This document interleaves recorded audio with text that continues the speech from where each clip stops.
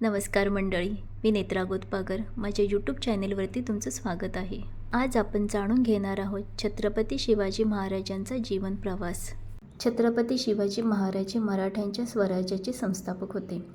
त्यांचा जन्म 19 फेब्रुवारी 1630 रोजी शिवनेरी किल्ल्यावर झाला. त्यांचे वडील शहाजी भोसले हे आदिलशाही दरबार सरदार होते आणि माता जिजाबाई या धर्मपरायण कर्तृत्ववान होत्या. जिजाबाईंच्या संस्कारामुळे शिवाजींमध्ये धर्म, शौर्य आणि स्वराज्याची बीजे रुजली. लहानपणापासूनच शिवाजी महाराजांना किल्ले, शस्त्रास्त्र, शौर्यकथा यांची आवड होती.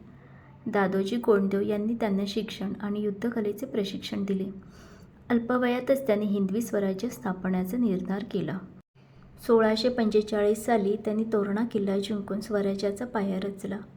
पुढे त्यांनी राजगड, पुरंदर, जावली, सिंहगड, प्रतापगड असे किल्ले जिंकत स्वराज्य विस्तारले. अफजल खानाशी प्रतापगडावर सामना करून त्यांनी अद्भुत शौर्य दाखवले. छत्रपती शिवाजी महाराजांनी केवळ तलवार बळावरच नव्हे तर शिस्तबद्ध प्रशासन, आरमार, नौदल, न्यायव्यवस्था, शेतकरी हिताचे धोरण या सर्वांद्वारे प्रजेला सुरक्षित आणि सुखी केले. 1674 साली रायगडावर छत्रपती म्हणून त्यांचा राज्याभिषेक झाला. हा मराठा साम्राज्याच्या वैभवाचा प्रारंभ होता. त्यांचे साम्राज्य उत्तर दक्षिण भारतात विस्तारले. छत्रपती शिवाजी महाराजांचा जीवन प्रवास हा संघर्ष, पराक्रम, ध्येय आणि प्रजेप्रती प्रेम यांचा संगम आहे.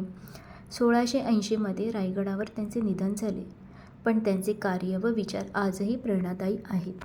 छत्रपती शिवाजी महाराजांचा जीवन प्रवास आपल्याला शिकवतो की ध्येय मोठं असलं की अडथळे कधीही आडवे येऊ शकत नाहीत. व्हिडिओ आवडल्यास लाईक करा आणि सबस्क्राईब करा माझ्या यूट्यूब चॅनेलला.